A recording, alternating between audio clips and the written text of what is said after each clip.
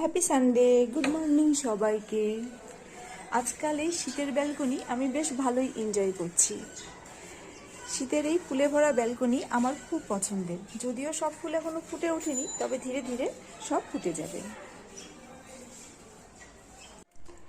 আজকে কষা কষা মাটনের সাথে বানিয়ে নিব ফ্রাইড রাইস।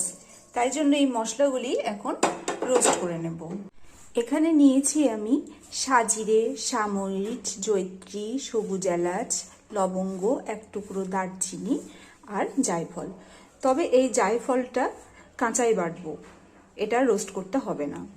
আমি মশলাটা শিলেই করে নিচ্ছি, আপনারা চাইলে মিক্সার গ্রাইন্ডারেও করে নিতে পারেন।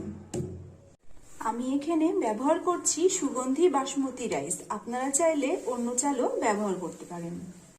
ভাতটা 80 to 85% মতো কুক হয়ে এসছে।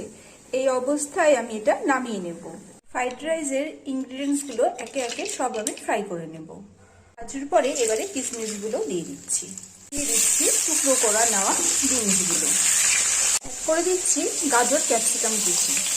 আর ভাজার সময় আমি না কোনো রকম লবণ ব্যবহার করছি না। লবণ ব্যবহার করলে সবজিগুলো মনে হয় কেমন যেন মিশিয়ে যাচ্ছে। আপনারা যদি চান করতেই পারেন। যাই হোক, সব ভেজে নিচ্ছি। সব ইনগ্রিডিয়েন্টসগুলো অলমোস্ট আমার ভাজা হয়ে এসছে। এবারে এই তেলেই অ্যাড করে দিব ভাত। আচ্ছা, বলা হয়নি, সবকিছু কিন্তু আমি সানফ্লাওয়ার অয়েলে ভেজে নিচ্ছি।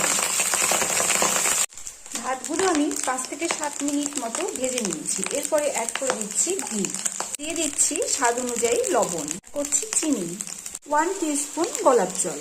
নুন মিষ্টিটা চেক করে নেওয়ার পরে দিয়ে দিচ্ছি ভেজে নেওয়া সব ইনগ্রিডিয়েন্টসগুলো। মিশিয়ে নেব ভালোভাবে। অলমোস্ট ডান আমার ফ্রাইড রাইস। সব শেষে দিয়ে দিচ্ছি রোস্টেড গুঁড়িয়ে নেওয়া মশলা। সাজিয়ে নিলাম আজকের লাঞ্চের থালি। বাই সবাইকে।